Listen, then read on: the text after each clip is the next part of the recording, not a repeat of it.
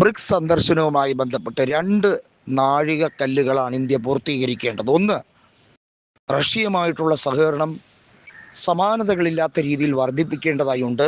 ഇറാനും റഷ്യയും തമ്മിലുള്ള ഒരു നീക്കം, സഖ്യത്തിൻ്റെ ഉഭയകക്ഷി ചർച്ചയിൽ ഇന്ത്യ കൂടി ഉൾപ്പെടുന്ന ഒരു പുതിയ പാക്റ്റിലേക്ക് പോകാൻ കഴിയുമോ എന്ന സാധ്യതകളാണ് ഡോക്ടർ എസ് ജയശങ്കർ നോക്കുന്നത്.